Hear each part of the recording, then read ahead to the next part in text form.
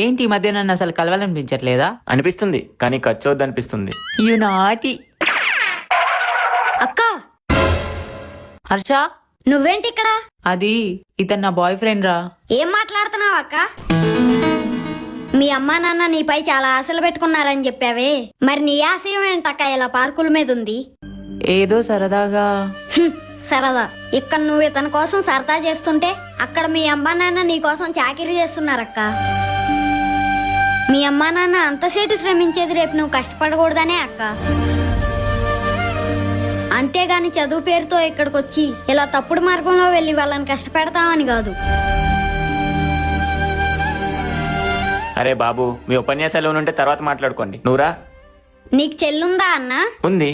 మరి ఇంకా ఇక్కడే ఉన్నావేంటన్నా? తను కూడా నీలాగే ఈ పార్కులో ఎక్కడైనా ఉందేమో వెళ్ళి వెతుక్కో.